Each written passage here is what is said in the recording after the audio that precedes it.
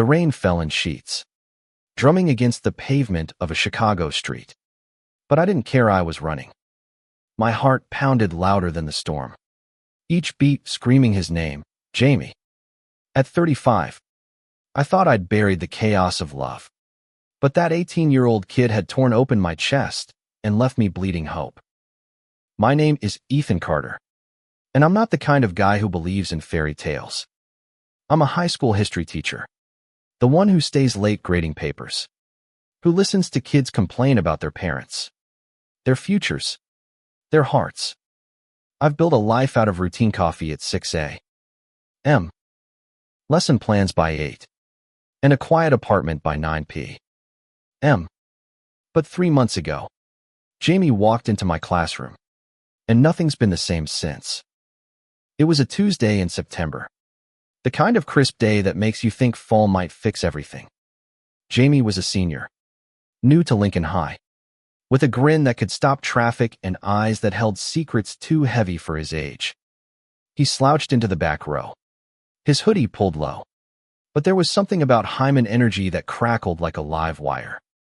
I caught myself staring too long, then snapped back to my lecture on the Civil War. "Focus, Ethan," I muttered under my breath. I'm not supposed to notice students like that. But Jamie noticed me. He lingered after class, asking questions about battles that didn't matter. His voice soft but deliberate, like he was testing me. "Mr.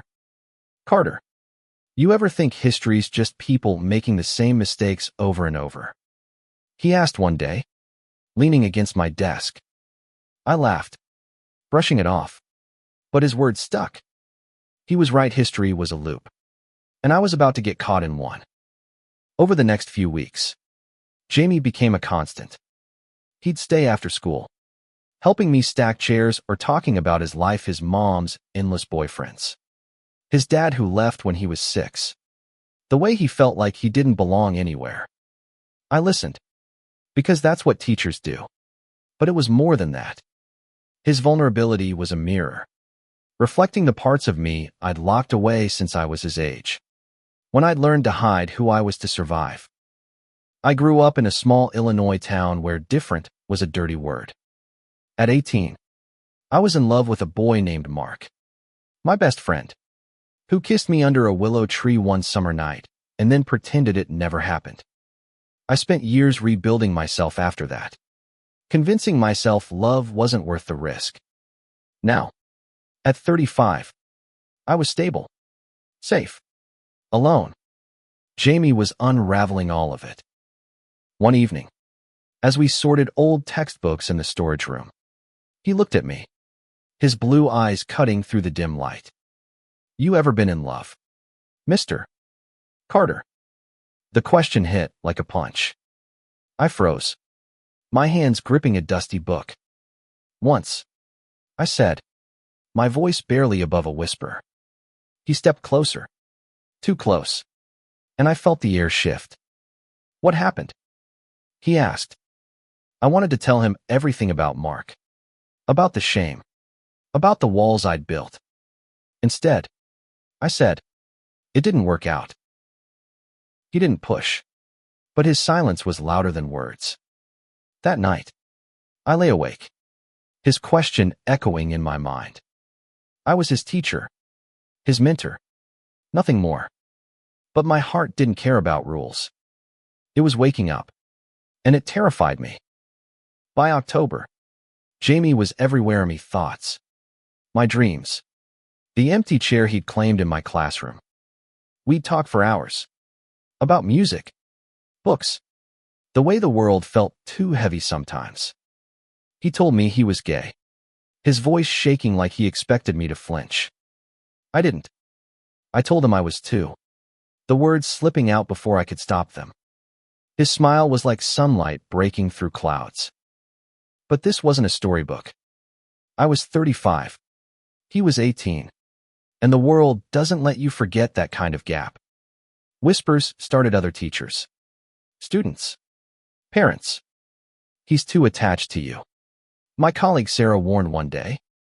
"Be careful, Ethan." I nodded. But careful wasn't enough. Jamie was a storm, and I was already caught in it. One night, after a school event, he found me in the parking lot. The air was cold, our breath visible in the streetlights. "I can't stop thinking about you," he said, his voice raw. My heart stopped. I wanted to pull him close, to tell him he wasn't alone in this. But I was his teacher. I was supposed to protect him, not break him. "Jamie," I said, my voice cracking, "this can't happen." He looked at me, his eyes glistening with tears, and walked away. I stood there, the weight of my words crushing me. I thought that was the end. I was wrong. The days after Jamie walked away felt like walking through fog. I went through the motions lectures, grading, staff meetings, but my mind was stuck on him, on the hurt in his eyes. I'd done the right thing, hadn't I? I was protecting us both. But every time I saw his empty chair in class, my resolve cracked a little more. Jamie didn't come to school for a week. I heard rumors his mom's latest boyfriend was trouble, the kind who yelled and threw things. I wanted to check on him, but I didn't trust myself. What if I crossed a line I couldn't uncross? Instead, I buried myself in work, trying to drown out the ache. It didn't work. On a rainy Thursday, he showed up. His hoodie was soaked, his hair plastered to his forehead, and there was a bruise on his cheek. My stomach dropped. "Jamie, what happened?" I asked, keeping my voice steady. He shrugged, avoiding my eyes. "Got into it with mom's boyfriend." "I'm fine." He wasn't fine. I could see it in the way he held himself, like he was trying to disappear. I should have sent him to the counselor. Instead, I handed him a dry towel from the supply closet and let him sit in my classroom during lunch. We didn't talk about the bruise or the parking lot. He told me about a song he'd written, his voice soft but alive. I listened, grateful for the sound of him, for the way he trusted me despite everything. That night, I couldn't sleep. I kept seeing that bruise, imagining what he wasn't telling me. I knew about broken homes mine hadn't been much better.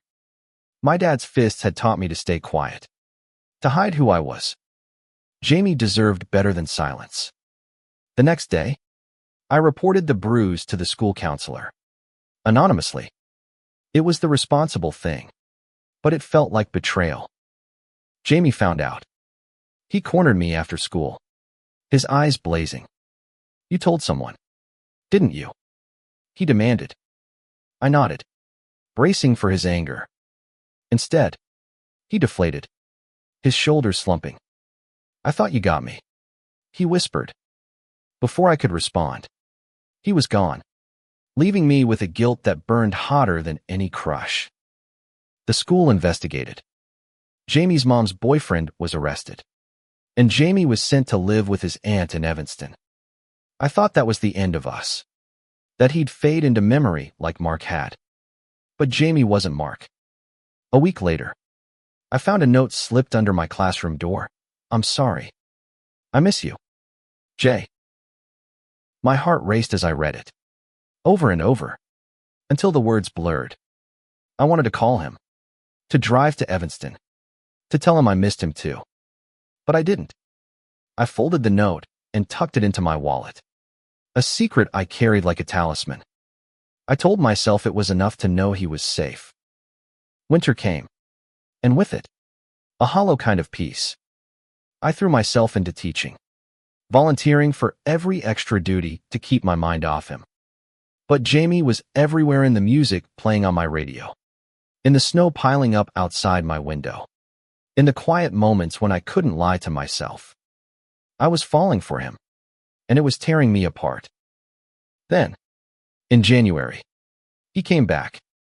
It was a Friday, and I was locking up my classroom when I saw him in the hallway, his blonde hair catching the fluorescent light. He was taller, somehow. Or maybe it was the way he carried himself, like he'd found a piece of himself while he was gone. "Hey, Mr. Carter," he said, his voice steady but warm. My heart lurched. We talked for an hour, standing in that cold hallway. He told me about his aunt's house, how she made him eat vegetables and actually listened when he talked. He was back at school to finish his senior year, living closer now. I told him I was proud of him, and I meant it. But I didn't tell him about the note in my wallet, or the way my chest ached every time he smiled.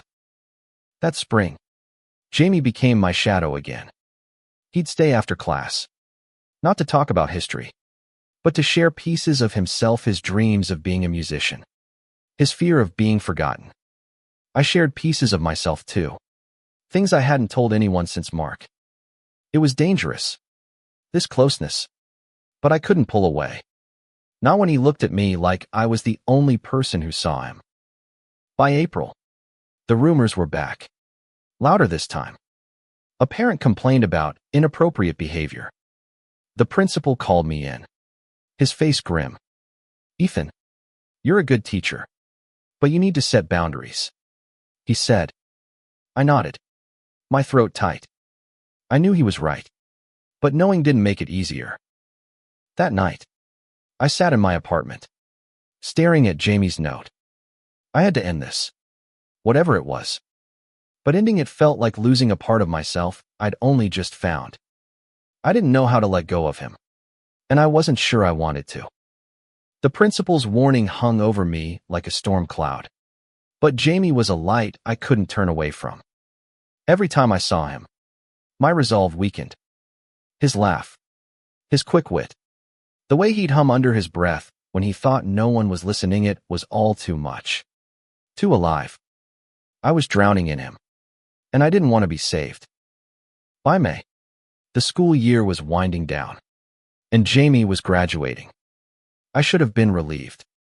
His leaving would force distance between us, make it easier to do the right thing. But the thought of him gone hollowed me out. We started meeting outside of school, not planned, but inevitable. Coffee shops, park benches, quiet corners of the city where no one knew us. Each time, I told myself it was just talking, just friendship. But my heart knew better. One evening, we sat on a bench by Lake Michigan, the water glinting under the setting sun. Jamie was quieter than usual, his hands fidgeting with the strings of his hoodie. I got into a music program in New York, he said finally, his voice barely audible over the waves. My chest tightened. New York. 1,000 miles away. That's amazing, I forced out, my smile brittle. He looked at me, his eyes searching. You don't mean that. I didn't. I wanted him to stay, to keep being the spark in my gray world. But I was his teacher, his mentor, not his, what? Lover. Friend. The lines were so blurred I couldn't see them anymore. I'm proud of you, I said. And that was true, even if it hurt. He leaned closer, his shoulder brushing mine. And for a moment, the world was just us, the lake, and the ache in my chest. Then he kissed me. It was quick, desperate, his lips soft and trembling against mine. I froze. Every rule, every warning screaming in my head. But my body didn't listen. I kissed him back, my hands finding his face, pulling him closer. It was a moment of reckless truth, and it felt like coming home. We pulled apart, breathless, the weight of what we'd done crashing down. Jamie, we can't, I whispered, my voice breaking. His eyes filled with tears. Why not? I love you, Ethan. The words were a knife, sharp and beautiful. I wanted to say them back, to tell him he was the first person in years who'd made me feel alive. But I couldn't. You're 18, I said. I'm your teacher. This could ruin us both. He stood, his hands shaking. You're a coward, he said, and walked away, leaving me on that bench, the taste of him still on my lips. I sat there until the stars came out, hating myself for letting him go, hating myself for wanting him to stay. The next day, he didn't come to class. Or the day after. I heard he'd moved to his aunt's early to prepare for New York. Graduation came and went. And he wasn't there. I stood on the stage, handing out diplomas, smiling for parents. But inside, I was unraveling. I'd lost him, and I'd done it to myself. Summer was a blur of regret. I tried to move on, dating men my age, men who were safe, uncomplicated. But none of them were Jamie. None of them saw me the way he did. Like I was more than a teacher, more than a man hiding from his past. I kept his note in my wallet, reading it when the loneliness got too heavy. In August, I got a letter. No return address. Just Jamie's handwriting. I'm in New York. It read, I'm sorry for what I said. You're not a coward. You're the bravest person I know. I'll never forget you. Enclosed was a photo of him on a city street. Guitar slung over his shoulder. Smiling like he was free. I cried for the first time in years. Clutching that letter like it could bring him back. I didn't write back. What could I say? That I loved him too. That I was sorry for pushing him away. Instead, I taped the photo to my fridge. A reminder of what I'd lost and what I'd protected. I told myself it was enough. But it wasn't. By fall, I was back in the classroom, teaching a new batch of seniors. They were bright, eager, but none of them were Jamie. I kept teaching, kept grading, kept living. But part of me was still on that bench by the lake. Still kissing him. Still breaking. Life has a way of moving forward, even when your heart stays stuck. At 36, I was still Ethan Carter, history teacher, but the man in the mirror looked older, his eyes carrying a weight that hadn't been there before Jamie. His photo on my fridge was fading, the edges curling, but I couldn't bring myself to take it down. It was my anchor, my proof that he'd been real. I tried to rebuild. I joined a book club, started running again, even went on a few more dates. But every conversation, every touch, felt like a shadow of what I'd had with him. Jamie had woken something in me, a hunger for connection I'd buried after Mark, and now I couldn't unfeel it. I was alive, but I was alone. In November, I got an email from an unknown address. The subject line was just my name. My hands shook as I opened it. Hey, Ethan. It's Jamie. I'm playing a gig in Chicago next week. I'd love for you to come. No pressure. Just, I miss you. My heart stopped, then raced. He was coming back. I spent days agonizing. Going to his gig would mean facing everything I'd tried to bury: the kiss, the love, the guilt. I was no longer his teacher. He was 19 now, a college freshman chasing his dreams. But the gap between us still felt like a canyon. I almost didn't go. But on the night of the show, I found myself in a crowded bar in Wicker Park, my pulse hammering as I scanned the room. Jamie took the stage, his guitar gleaming under the lights. He looked different, more confident, his hair longer, but his smile was the same, bright and unguarded. He sang about love, about loss, his voice raw and haunting. I stood in the back, hidden in the crowd, but when his eyes found mine, it was like the world stopped. He sang directly to me, every word a thread pulling us back together. After the set, he found me. You came, he said, his voice soft but sure. We stepped outside, the November air biting our skin. He told me about New York, about late nights writing songs, about how he'd never stopped thinking about me. I wanted to tell him I hadn't either, but the words caught in my throat. Instead, I hugged him, feeling his warmth, his heartbeat, the reality of him. We walked through the city, talking until dawn. He wasn't my student anymore, but he was still Jamie, brave, reckless, beautiful. I'm not that kid anymore, he said, His eyes locked on mine. But I still love you. I wanted to kiss him, to let go of every fear.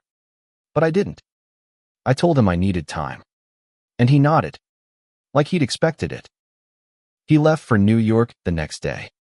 But we kept in touch, texts, calls, late-night emails that felt like lifelines. He sent me his songs, each one a piece of his heart. I sent him stories from my classroom, glimpses of my small, steady life. It wasn't enough, but it was something. By spring, I was falling apart. I loved him, and denying it was like denying air. I booked a flight to New York, telling myself it was just a visit, just to see him play again. But when I saw him at a tiny Brooklyn venue, his voice filling the room, I knew I was done running. After the show, I pulled him aside. I love you, I said, the words spilling out like a dam breaking. He smiled, tears in his eyes, and kissed me. This time, I didn't pull away. We spent the weekend together, exploring the city, laughing, kissing, being us. It wasn't perfect. There were still questions, fears, the weight of our past. But for the first time, I let myself hope. When I flew back to Chicago, I carried his promise. He'd visit in the summer. We'd figure it out. Together. I didn't know what that meant, but I knew I wasn't alone anymore. Jamie had changed me. Not just at 18, but at 19, at 20, at every age we'd share. I was 36, and my heart was his. Summer in Chicago was alive with possibility. The city buzzing with heat and hope. Jamie arrived in June, his guitar case slung over his shoulder, his smile brighter than the sun reflecting off Lake Michigan. I met him at the airport, my heart racing like I was 18 again. We hugged, and for a moment, the world was just us, no rules, no past, just now. We spent days wandering the city, hand in hand, unafraid for the first time. He told me about his music, how he was recording an EP, how New York was both exhilarating and lonely. I told him about my students, about the quiet moments when I'd think of him and smile. We were building something, fragile but real, and it felt like a miracle. But reality has a way of creeping in. My colleagues noticed the change in me, the way I hummed his songs, the way I checked my phone too often. Sarah, my friend from school, pulled me aside one day. Ethan, who's making you this happy? She asked, her eyes sharp. I hesitated, then told her about Jamie. Not everything, but enough. Her face softened, but worry lingered. Just be careful, she said. The world isn't kind to stories like yours. She was right. Jamie was 19.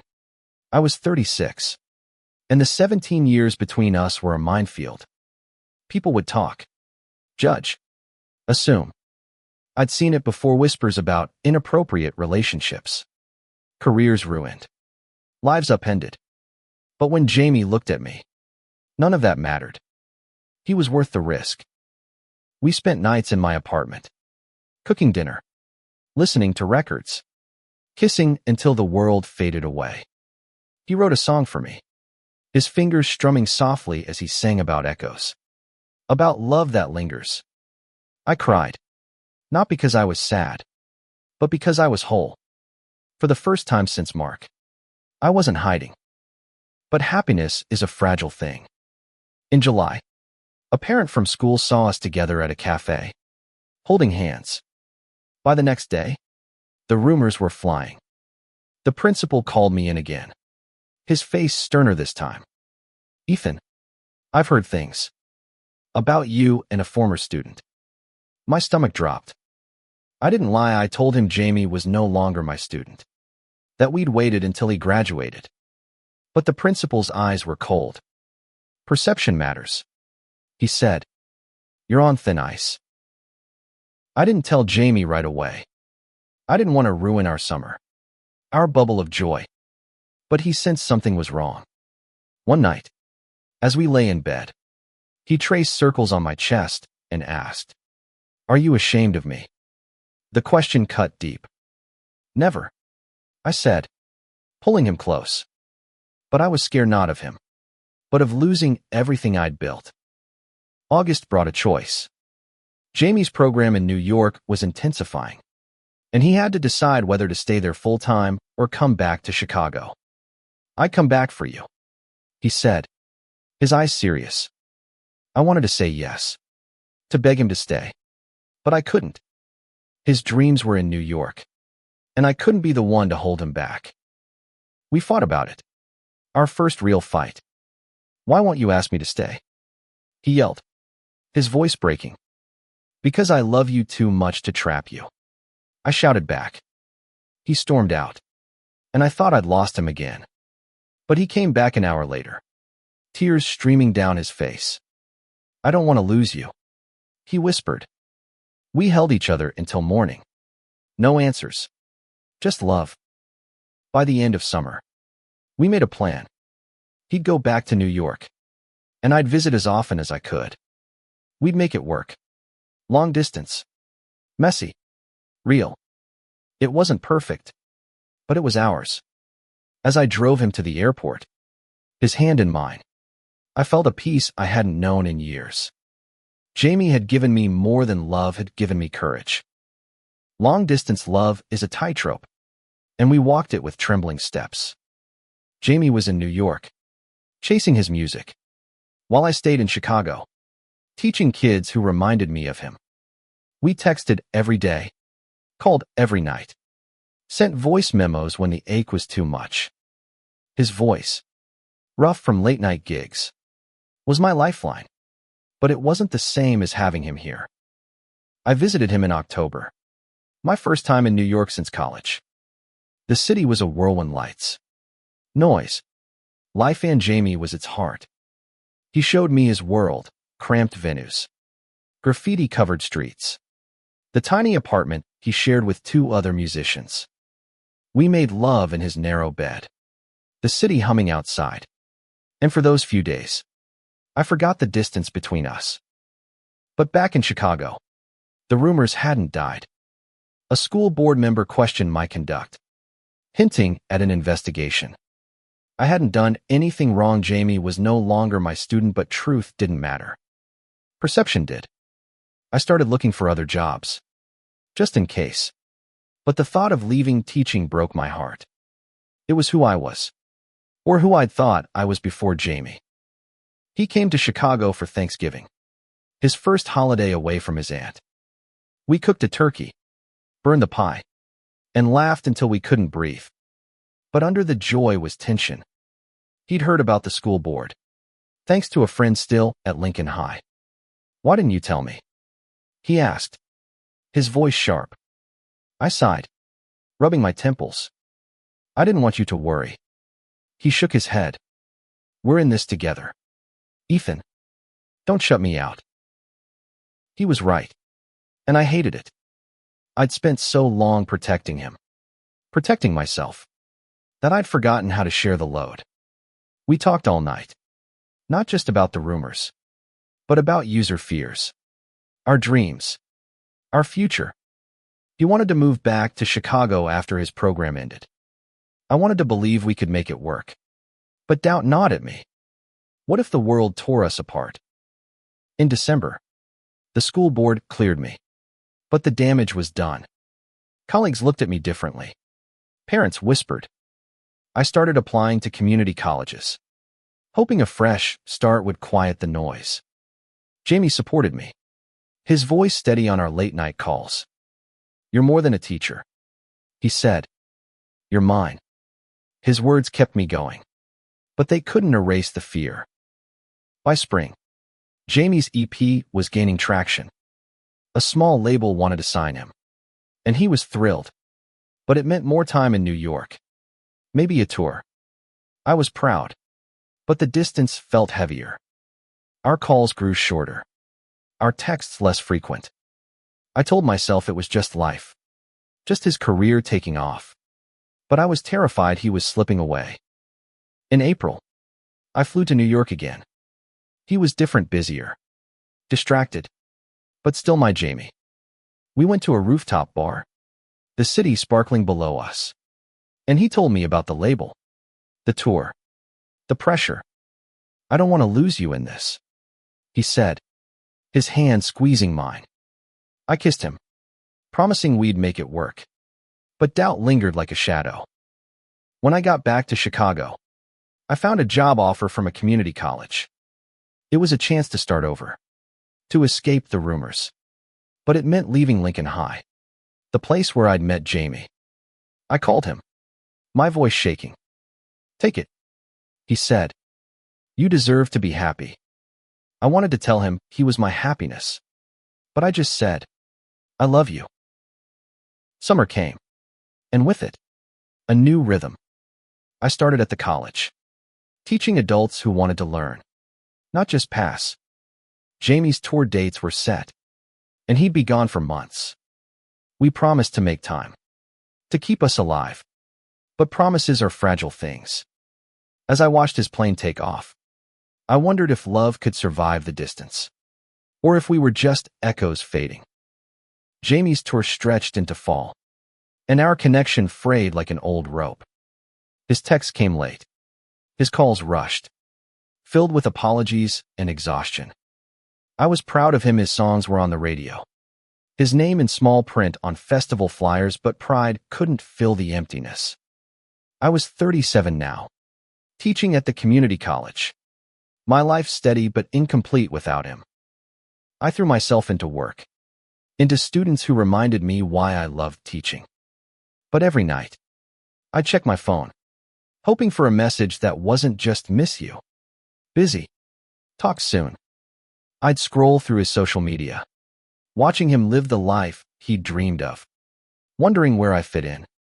The photo on my fridge was a relic, a moment from a time when we were closer than a phone call. In October, he called me from a hotel in Seattle. Ethan, I'm drowning, he said, his voice raw. He talked about the pressure, the loneliness, the way the music industry chewed up dreams. I listened, my heart breaking for him. But I was angry too. You're living your dream, I said. Don't give up now. He was quiet for a long time. I don't want to do it without you, he whispered. I wanted to fly to him, to hold him, to fix everything. But I had classes, responsibilities, a life I'd fought to keep. Instead, I sent him a care package coffee, a book of poetry, a letter telling him I believed in him. He texted me a photo of the package, his smile faint but real. You're my anchor, he wrote. I clung to that, even as the distance grew. By December, his tour was winding down, and he promised to spend Christmas in Chicago. I planned everything: a tree, lights, a dinner we wouldn't burn. But 2 days before, he called. The label wants me to stay in New York, he said, his voice heavy. They're talking about a second EP. My heart sank. What do you want? I asked. He didn't answer, and that silence said everything. Christmas came, and I spent it alone, the tree lights mocking me. I didn't blame him. Music was his heart, just like teaching was mine. But love isn't enough when life pulls you in different directions. I wrote him a letter, pouring out everything me love, my fear, my hope that he'd find happiness, even if it wasn't with me. I didn't send it. It sat in my drawer, next to his old note. In January, he came back. Not for Christmas, not for me, but for a gig in Chicago. I went, standing in the back like I had years ago, watching him shine. After the show, we met outside, the winter air sharp between us. I'm sorry, he said, his eyes searching mine. I didn't mean to hurt you. I nodded, my throat tight. I know. We walked to a diner, the kind with sticky tables and bad coffee, and talked like we used to. He told me about the tour, the highs and lows, how he'd written a song about me. I told him about my students, about the college, about the life I was building. We laughed. We cried. We held hands under the table. But it wasn't the same. We were different people now, shaped by time and choices. He left for New York the next day, and we didn't make promises we couldn't keep. I knew he loved me, and I loved him. But love doesn't always mean forever. Sometimes it means letting go. I took his photo off the fridge, not because I was moving on, but because I was ready to carry him in my heart instead. Spring came, and I started healing. I dated again, not to replace him, but to find myself. Jamie's songs played on the radio, each one a reminder of what we'd had, what we'd lost. I was 37, and he was still echoing in my heart, but I was learning to live with the sound. At 38, I found a new rhythm. The community college became my home, my students a lifeline. I wasn't the teacher I'd been at Lincoln High, guarded and careful. I was open, real, the kind of teacher who shared stories, who listened, who cared too much. Jamie had taught me that how to let people in, even if it hurt. I still followed his career, his songs climbing the charts, his face on magazine covers. He was 21 now, a star in the making, and I was proud, even if pride came with an ache. We texted sometimes, brief updates about our lives, but the distance between us was more than miles. It was time, choices, the lives we'd chosen. In June, I got an invitation to his biggest show yet, a headlining gig in Chicago. I almost didn't go to many memories. Too much risk of reopening old wounds. But I couldn't stay away. The venue was packed, the crowd electric, and Jamie was a force, his voice carrying every pain, every hope. He dedicated a song to someone who changed me, and I knew it was for me. Tears streamed down my face, but I was smiling. After the show, we met backstage. He looked older, his eyes carrying the weight of his journey, but his smile was still my Jamie. We hugged, and it felt like coming home, even if just for a moment. "I'm so proud of you," I said, my voice steady. He looked at me, his eyes soft. "I wouldn't be here without you, Ethan." We talked for hours, not about us, but about life, his music, my teaching, the ways we'd grown. There was no bitterness, no regret, just gratitude for what we'd shared. He told me he was dating someone, a drummer in his band, and I was happy for him, even if it stung. I told him about my life, about the man I was seeing, about the peace I'd found. As we said goodbye, he handed me a signed copy of his album. Inside was a note, "You're my echo. Always. Jay." I held it close, knowing this was our ending. But not our end. Jamie had changed me, not just at 18, but every day since. He'd taught me to love, to risk, to live. Back home, I played his album, letting his voice fill my apartment. I wasn't 35 anymore, chasing a boy who'd broken my walls. I was 38, a man who'd loved and lost and found himself again. I framed his note, not to dwell on the past, but to honor it. It hung above my desk, a reminder of the heart I'd reclaimed. Years later, I'd hear his songs on the radio, see his face on billboards, and smile. I'd tell my students about love, about courage, about the people who shape us. I'd think of Jamie, of the 18-year-old who'd torn through my life like a storm, leaving echoes that would never fade. And in the quiet moments, when the world was still, I'd feel in the boy who'd loved me, the man he'd become, the echo in my heart.